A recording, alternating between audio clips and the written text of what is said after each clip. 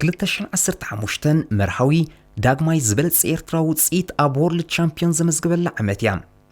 أب ريتشموند أمريكا أبود الدرس أرجيا مبل عسرت حدا بمقتاو نتا أقدمو بعلو السندو ناي مبل عسرت حموشتا درجة كبرو سنك صبرو بقيو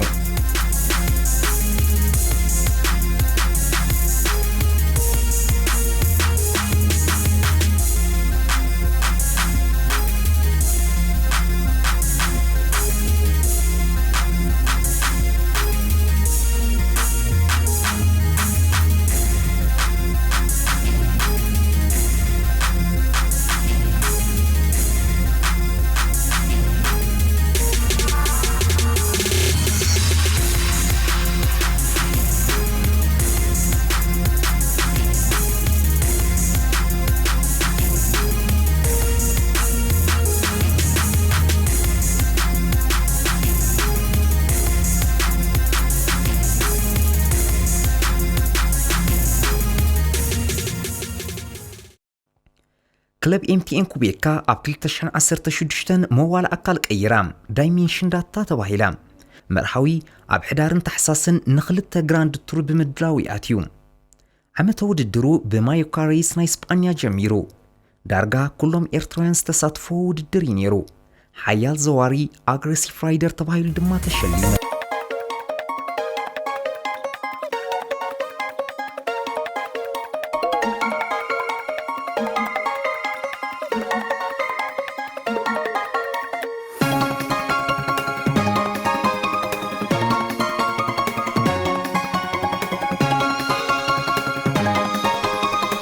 أبكلتشن عسرت شوعتن بفلاي جيمنازيم صغيتو سرحم نتي أبزحلف عمت سخسروت ساعات كملسن نفسو كهنسن أب ماكل موساوس أكرات جيمنازيم نويح زي سميحو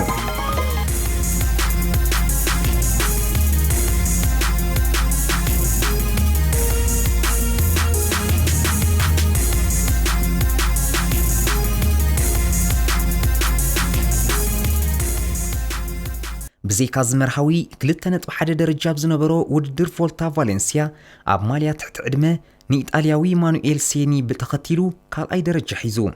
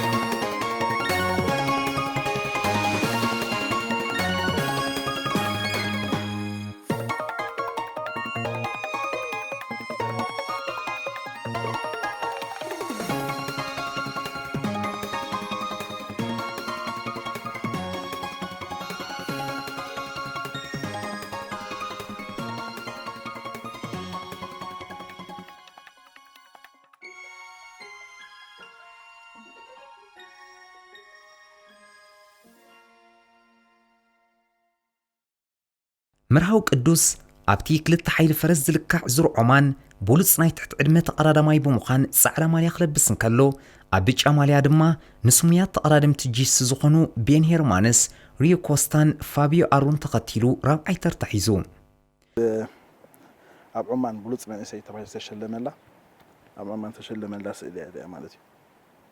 أمناي بولس من إسي ما شو أنكو أصوري كان نسمع لنا حكي حش بتعامينات بيلنا نتهانتنا نتسبينا نيرنا كن حتى خلنا كوداي بالنيرسو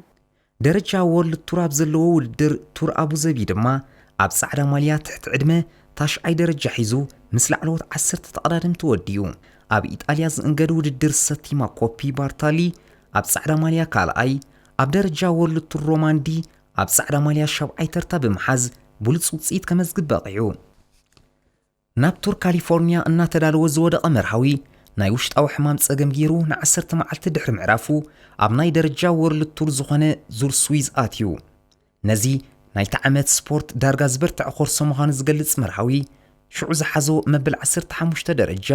ኣብ ብጫ ማልያ ዙር ስዊዝ ብጸሊም ኣፍሪቃዊ ዝተመዝገበ ዝድነቕ ውጽኢት እዩ መርሃዊ ኣብ 2011 ሻምፒዮን ካልኣይ ዲቪዥን ዞባ ማእከል ካብ ዝኾነላ ዕለት ክሳብዛ ናብ ቮልታ ስጳኛ ዝነቐለላ ዕለት ብውሕዱ 15 ዝበጽሑ ቃለ መጠይቃት ስለ ዘካየድኩሎም መርሃዊ ቅዱስ ኣብ 2011 ብዓብላሊ ብቕዓት ሻምፒዮን ካልኣይ ዲቪዥን ምስ ኮነ ኣብቲ ግዜ ምስ ዝነበረ ጽበት መደባት ስፖርት ኣብ ካልኣይ ዲቪዥን ሻምፒዮን ዝኾነ ተጻዋታይ ናብ ስቱድዮ ከም ልምዲ ንዕድም ኣብ ዘይነበርናሉ እዋን መጻኢኡ ብሩህ ኮይኑ ግዲ ተረዲኡኒ ብፍሉይ ከዓ ክለብ ኣስፔኮ ኣብቲ ዓመት ንዘመዝገበቶ ተደራራቢ ዓወት ንምድማቕ ንኣሰልጣኒ ሳምሶም ሰለሞን ሻምፒዮን ቀዳማይ ዲቪዥን ዝኾነ ናትናኤል ብርሃነ ከምኡ ድማ ሻምፒዮን ካልኣይ ዲቪዥን መርሃዊ ቅዱስ ናብ ስቱድዮ ዓዲመዮም ኣብቲ ናይ ልዕሊ 1 ሰዓት መደብ ልዕሊ ዝኾነ ነገር ዝሰሓበትንን ወትሩውን ከም ዝፍሉይ ኣጋጣሚ ክኽሰትን ከሎ ዝደጋግማን ወላዲኡ ንመርሃዊ ቅዱስ ብቴሌፎን ኣብ መስመር ኣትዮም ዝሃብዋ መግለጺያ ንሶም ከም ዝክብሉ ኣብ ወዶም ዝነበሮም ወፍሪ ኣብሪሆም ንዓይ ናይ 1,000 ብሽክለታ እናዘወርኩ ንባህጊ ወደይ ከስምር ናይ 35,000 ብሽክለታ ዓዲገ ኣጀሚረዮ ኢሎም ኣቶ ቅዱስ ገብረ መድህን እዚ ናይ ሓንቲ ገዛ ኣብነት ዘይኮነ ናይ ኩሎም ተቐዳደምትና ኣብ ምብጋስ ዘጋጥሞም ብድሆ ስድራ ቤታት እዩ ዶብ ኣፍሪቃዊት ክለብ ዳይሜንሽን ዳታ ብኤምቲኤን ኩቤካ ተበጊሳ ንሰለስተ ኤርትራውያን ተቐዳደምትና ኣብቲ ዝዓበየ መድረኽ ዙር ፈረንሳ ክሳተፉ ኣኽኢላያ እዞም ተቐዳደምትና ነናቶም ብልጫታት ዘለዎም ኮይኖም መርሃዊ ብፍሉይ ዝልለየሉ ተረርቲ ዓቕበታት ኣብ ምሕኳር እዩ እዛ ዶብ ኣፍሪቃዊት ጋንታ ካብ ዝተቐዳደማይ ብዙሕ ነገራት ተጸቢያ ካብ መሰልጠኒ ማእከል UCI ስዊዘርላንድ ሓደ ዓመት ተሪፍዎን ከሎ ኣብ መሳርዓ ዝጸንበረቶም መርሃዊ ምዛ ጋንታ ብምዃን ኣብ ዝተፈላለዩ ዓበይቲ ውድድራት ተሳቲፉ ተስፋ ድህቡ ውጽኢት ከመዝግብ ጸኒሑ እቲ ወናም ዓቕብ ናይ ምሕኳር ዓቕሚ ግን ገና ከምቲ እንገብረሉ ትጽቢት ክምልስ ኣይጸንሐን እቲ ምኽንያት ብዙሕ ክኸውን ይኽእል እዩ ቀዳማይ ብድሆ ግን ክለቡ ዳይሜንሽን ዳታ ካብ ኣብ ዓቕብ ኣብ ጎልጎል ኣተኪራ ትሰርሕ ጋንታ ስለ ዝኾነት እዩ ነቲ 30 ናይ መድረኽ ዓወት ዙር ፈረንሳ ዘመዝገበ ብሪጣንያዊ ወዲ ጋንቶኦም ማርካ ቫንዲሽ ኣሳሲኻ ድኺምካ ንውልቅኻ ዝኸውን ዓወት ከተመዝግብ ስለ ዝኸብድ ምዃኑ ድማ ብቓሉ ገሊጽዎ እዩ ናይ ሎም ዘበን ዙር ፈረንሳ ኤርትራዊ ተቐዳዳማይ ኣይክሳተፎን እዩ ዝብሉ ዜናታት ምስ ተፈነው ኩሉ ደጋፊ ወይ ሰዓበ ቅድድም ብሽክለታ ንብቕዓት ተቐዳድምትናዩ ኣብ ምልክት ሕቶት እዩ ንሱ ዘይኮነት ሓቂ ግን ዳንኤልን ናትናኤልን ኣብቲ ተሳቲፎሞ ዘይፈልጡ ጂሮ ዲ ኢጣልያ ክመርጹን ከለው መርሃዊ ቅዱስ ድማ ካብ ዙር ፈረንሳ ኣብቲ ምስ ኣቃውምኡ ዘይከይድ ትልሚ ጋንትኡ ንካቫንድሽ ኣብ ጎላጉል ምውሳእ ኣብ ቮልታ ስጳኛ ኣብ ተረርቲ ዓቕበታት ድንቂ ዓወታት ንምምዝጋብ ካብ ውድድራት ተኣልዩ ኣብ ከቢድ ልምምድ ተጸሚዱ ከም ጋዜጠኛ ስፖርት ውልቃዊ ክኸውን ይኽእል እዩ ዝጽበየ ዝነበርኩ በረኽቲ ውጽኢት መርሃዊ ደንጉይልኒ ስለ ዝነበረ ቀል ዓለም ዘይብሎም ሕቶታት ኣዳሌ ሕጂውን ናብ ስቱድዮ ዓዲመዮም ንምዝኽኻር ክኸውን ካብቲ ሰፊሕ ቃለ መጠይቕ ሓጺርን ዝተጾምቀን ከም መዘኻኸሪ ወስከብለልኩም ኣብ ቮልታ መድረኽ ክትዕወድ ዲኻ ኣምላኽ ሓጊዘኒ ብርግጽ ብዙሕ ከም ዝበልካ ናይ ዋሓቂ ካልእ መርሃዊ ተቐይረ ኣለኹ ልሕጂ ሰዓት ዳታታተይ ኩሉ ጽቡቕ እዩ ዘሎ ተስፋ ገብር ማለት እዩ ካብዚ ቅድምና ውድድር ቮልታ ስጳኛ ምምርሑ ዝተኻየደ ቃለ መጠይቕ መርሃዊ መድረኽ ንምዕዋት አንቂዱ ምኻዱ ንርዳእ ቮልታ ስጳኛ ዘይከም ዙር ፈረንሳ ኣብ ቀዳማይ ሰሙን ተረርቲ ዓቐበታት ተሓኺርዎስ ገና እውን ብሕጂ ኣብ ዝመጽእ 2 ሰሙን ተቐዳደምቲ በረኽቲ ጎቦታት ክድይቡ እዮም መርሃዊ ኣብዚ ውድድር ብኣግኡ ዕላምኡ ወቂዑ እዩ ካልኣይ ደረጃ ኣብ ደረጃ ግራንድ ቱር እሞ ድማ ኣብ ተሪር ዓቐብ ድንቂ ውጽኢት እዩ 58 ኪሎግራም ዝምዘንን ሜትሮን 73 ዝቕሞቱን መርሃዊ ኣብ ደረጃ ግራንድ ቱር ካልኣይ ደረጃ ንክሕዝ ካብ 2014 ኣትሒዙ ዘካየዶ ድምር ጻዕሪ እዩ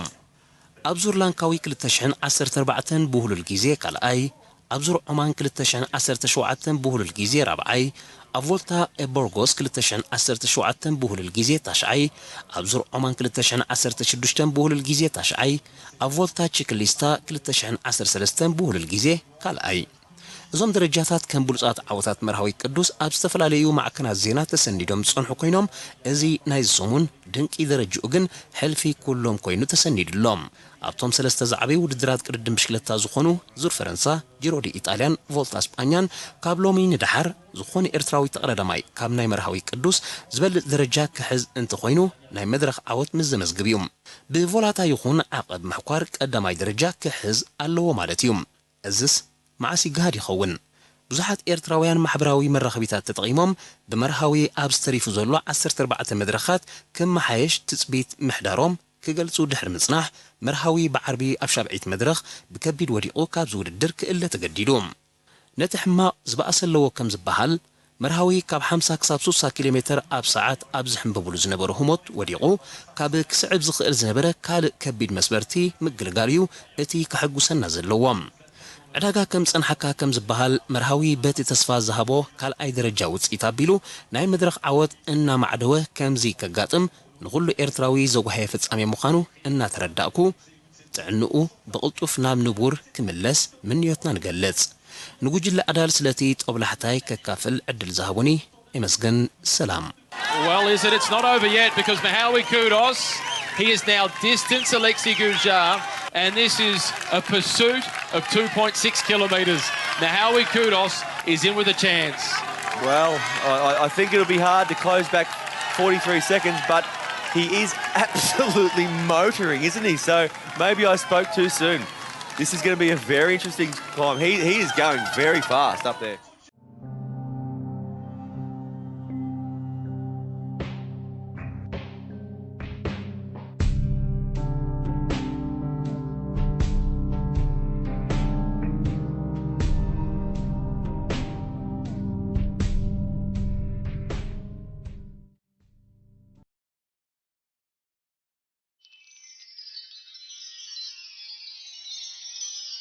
ካብ 2013 ጀሚሩ ብስሩዕ ብክፍሊ ሬድዮ ተወዲቡ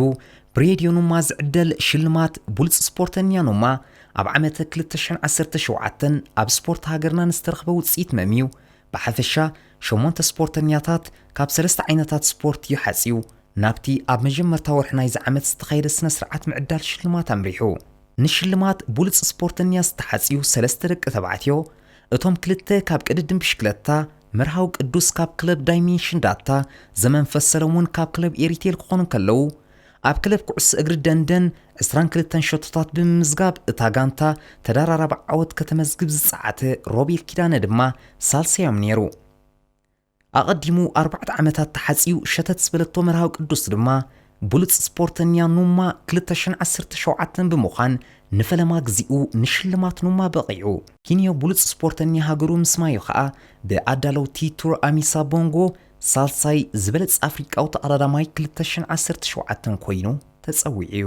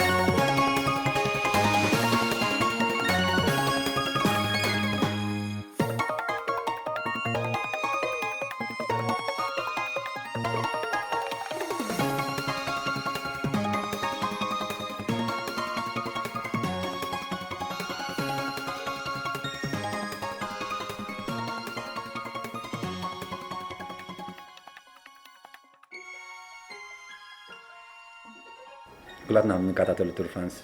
channel تسلتريا تور فرانس رحنا نفلت حجي بفلاي بتي هليكوبتر تسني قطري خلا تجراوتي قلمتات تعدي تعم تبغي عبقلي يقول على بسيلي تبغي عبقلي يقول نيو حق فرانس بزن حلف على ناس اللي خا ترجاسي حنت ماكينة تحلف مخا تبالا شو كم يلم بامبينج رود قلمتات حجي تقرا غير كا تحلف بس نيو حق عبد فرانسي قبر له مش سبك عبتي غير يلا مش فرانسي بحال قالت ولا جي بتعمي فتان نير بعد ولا زد باري روبا قالتات عبتعمل تقول كل عام تخيل نير كبلجي من فرانس كن كيت كلنا ስለዚህ حكى ازيا مع قال له فتاني عبتوش تخن قال له بتي فيت زي تريون بشكلته خن كان كبيد ነገር አለው قال له بفلازم عبيتي تقادمتي ማለት نحنا كم تسلم افتا جروب ማንም ሰብ ፈልተካይ ፉሊ ኻፍታ በሌቶም ያለ ቀደም ተቃደምት ለውስ ሓደ ጸልም ክልተ ሰለስተ ኣርባዕተ ጸልምቲ ኢኻ ካው ኣይትበዝሕኒ ኢኻ ስለዚ ሳቶም ይቁልና ይፈልጥና ካብ ንሕና ንክንፈልጦ ሕጂ ምስ ዓበይቲ ተቃደምቲ ከም በዓል ኮንታደር ብፍላይስ ኣነ ናይ ዞባ ክልተ ቃጻተይ ከለኹ ኮንታደር ዝገብሮ ነበረ ኣክሽናት ዝገብሮ ስካውትታት ኣብ ዓቐብ የርእየከይ ብዙሕ ፀወታታት ብፍላይ ሕጂ ናብ ፓወር ሜተር ምስ ተቐየረ ትውድድር ተባላሽ እምበር قدم سمعتات نير حجي مس كونتادور تعلل لها كم نورمال علات ولا نعادنا علات علو نا كونتادور كافت دمستن ነገር ግን አግሬሲቭ ተጻወተው ናኻ ንዓቀቢ እንዳበልከ ኣብ ጎልጎል ፍትነካይ ኣብ ጎልጎል ፍትነካና ጸነሐ ኣብ ቆልቁሎት ወላ ፍትነካ ግድና ይኮን ኣብ ዓቅብ ፍትነካ ለማዓንት ተተሳዒሩ እንጽባሒቱ ሓደ ተኣምር ገብር ኸሊ ማንያቱ ኣብ ولا نفتا دغور كلها تور فرانس 2015 ጎልጎል ኔራ ካብ በልጅም ንፍራንስ ናት ወላ ጎልጎል ያስ ጎልጎል አው ግን ናይ ለዕል ደቂቃን 30 ንኪንታና ከሲቡላ አቲ ምስፍሩም ተዛሪቡ ክሮስ ዊንዲ ትኒዓት ክሮስ ዊንዲ አጸጊዖም ሓንደበት መጥቃዕት ወሲዱ አው ማንም ጉርባይ ጽበይን እዚ ጃስ ናቱ ብልሕጥ ራሂ እጂ ኮንታዶር ጾታ የንብቢ ናይ ሓቅ አግሬሲቭ ካ ተጻታይ እንታይ ይገብር ጾታ ከምዚ ቀሲኑ አይቀስኒ ፍላይ ተሳዒሩ ወይ ካፍት መደቡ ንሕርወቲ ሓደ ፉሊ ተኣምር ትጽበያ ወላ ቱር ፍራንስ የሪና አቀዲሙ ስካቶ ገርቦ ወላ ገለ ወላ ምሕጂውን ቱር ፍራንስ ዝተዓወተላ ተዓመተ ብልክ አይዝክራኒ 50 ኪሎ ሜትር ከተርፎ ከሎ ንፊኒሽን ኣብ ካቴጎሪ 2 ሮድሪገስ ሰንዲዎ ኸይ ካብ ትጽቢት ወጻኢ ደጋንቱ ይሕሊፍ ስለዚ ከም ተጻዋታይ ናይ ብሓቂ ምስተኒ ዝታት ታክቲክ ኣሎ ዝኾነ ተቀዳዳማይ ኣብ ዝኾነ ውድድር ክዕወት ከሎ ፉሊ ባህታ ዝፈጥረሉ እኳ እንትኾነ ዘውድ ቻምፒዮን ሃገር ክትደፍእ ምኽኣል ግን ፉሊ ክብሪ ይዘውበካ ኣብ ዓመተ 2018 ወርልድ ቱር ዝኾነ ዙር ሮመንዲን ዙር ስዊዝን ዝርከቦ ዝተፈላለየ ውድድራት ዘካየደ መርሃዊ ቻምፒዮን ሃገሩ ክኸውን ካብ ነዊሕ ዝሓልሞ ዝነበረ እዩ ወርሒ ሰነ ኣብ ዙር ስዊዝ ክሳተፍ ድሕሪ ምጽናሕ ብውንጥይነት ቀጥታዩ ነዚ ውድድር ናብ ኣስመራ ዝኣተወ ዓመት መጸ ልዑል ትጽቢት ዝግበረሉ ሓደ ካብ ዓበይቲ ውድድራት ብሽክለታ ውሽጢ ሃገር እዩ ክላሲካ ውድድር ቻምፒዮን ኤርትራውያን ፕሮፌሽናል ተቀዳደምቲ ቻምፒዮን 2018 ንምዃን ንሓድሕዶም ይኹን ምስቶም ኣብ ውሽጢ ሃገር ዝወዳደሩ በዳት ዝኾን ተቀዳደምቲ ዝገብርዎ ርብርብ ድማ ብኣግኡ ሃረር ዝበለ ነይሩ መርሃዊ ዝበዝሑ ፕሮፌሽናል መወዳድርቱ ነዚ ክብሪ ዝተላበሱ ብምዃኖም መወዳድር ቦታ ዝበዝሐ ሰጣሕ ጎልጎል ዝዓብለሎ ናይ ውሽጢ ሃገር ተቀዳደምቲ ቆመንኦም ኣብ ጽቡቕ ብምንባሩን ካልእን ኩሉ ተደሚሩ ርዝነት ናይ ሻምፒዮን ንዕኡ ከቢድ ነበረ ኣብ ጎደናታት ኣስመራ ዝተኻየደ ቅድድም ብሽክለታ ንቻምፒዮን ኤርትራ 2018 170 ኪሎ ሜትር ይሸፊኑ እቲ ናይ ሓደ መዓልቲ ውድድር ቸርኪቶ ክዛዘም ኣስታት 60 ኪሎ ሜትር ምስ ተረፎ መርሃዊ ኣብቲ ዓሚ ከማይ ዝሰተዮ ዓቐብ ፎርቶ ብዘካየዶ መጥቃዕቲ ሮቤል ተወልደ ናይ ሰንበል ስዒብዎ መራሒት ጉጅለ መስረቱ ጸኒሑ ግን መርሃዊ ንሮቤል ረጥሪጥዎ ኸደም ልዕሊ 35 ኪሎ ሜትር ኣቢሉ ኣብ ጎደናታት ኣስመራ በይኑ ክሕንበብ እንከሎ ነታ ዳንኤል ሃብተ ሚካኤል ኤሪቴል መትከል ኢዮብ ናይ ክለብ ትሬንጋኖ ኣማኑኤል ግብረ እግዚአብሔርን ድሒሩ ሮቤል ዝተጸምብራን ካልኢት ጉጅለ ክሳብ ናይ 53 ካልኢት ጋከን ጽፈላ ኽኢሉ ነይሩ እዩ እታ ዳሕረዊት ጉጅለ ብመትከል ናይ መቕላስ ስራሕ ዝፈጸመትሉ ኣማኑኤል ተወንጨፈ ግዜ ኸወሰደ ድማ ምስ መርሃው ተጸምበረ ብድሕርዚ መርሃው ቅዱስ ንዝተረፈ ኪሎ ሜትር ምስ ወድጋንቱ ኣማኑኤል ሓቢሩ ይወዲእዎ ክልቲኦም ተቐዳደምቲ ኢድን ኢድ ተተሓሒዞም ናብ መዛዘም ሕንጻጽ ኣብ ዘምርሕሉ ድማ መርሃዊ ዕውት ኮነ ኣብ ዝሓለፈ 3 ዓመታት ናይ ሃገራዊ ውድድር ካብ መድረኽ ሽልማት ዘይተፈልየ መርሃዊ ኣብ ታሪኹ ንመጀመርታ ግዜ እዩ ቻምፒዮን ኤርትራ ክኸውን በቂዑ ዓመተ 2018 ነዚ ክብሪ ክጓናጽፍ ምኽኣሉ ፍልይቲ ያንዕኡ እዚ በቐንዱ ብናይ ዓቐብ ብቕዓቱ ዝተፈልጠ ተቐዳዳማይ ንሽልማት ኣብ ፖድየም ኣብ ዝደየበሉ ነታ ቻምፒዮን ኤርትራ ምዃኑ ትገልጽ ማልያ ካብ ኢድ ኮሚሽነር ባህልን ስፖርትን ተቐቢሉ ምስ ለበሳ ብሓጎስ ዝኣክል ብኡ ንብኡ ካብ ዝባኑ ውፅኡ ናብ ላዕሊ ብምድርባዩ ንተዓዘብቲ ኣሻሚዋ ታግዒት ሻምፒዮን ኤርትራ 2018 ኮይኖም ዝተዓወቱ 3 ተቐዳደምቲ መትከል ኢዮብ ኣማኑኤል ገብረ እግዚአብሔር መራዊ ቅዱስን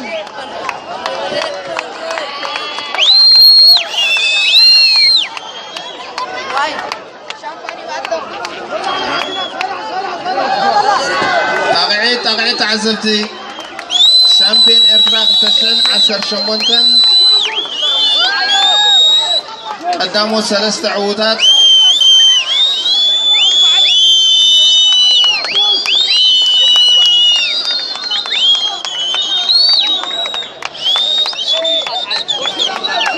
من عوت إلنا زنبرنا 2018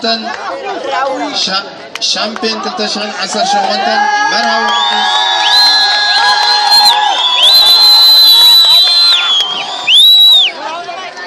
بزاقاتامي كلب سينما أزمراون مرهو قدوس مصدق أغانتها نايبيس أدرار قابيزنا كالنا إلو مخالو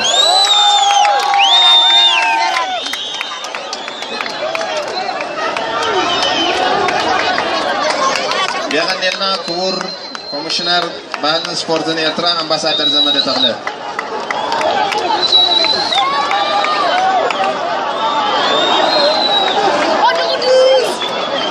يغنيلنا نقولاتكم شامبيون إيرترا 2018 بعوض تزازيم الله نقول لنا يغنيلنا بدنا هذه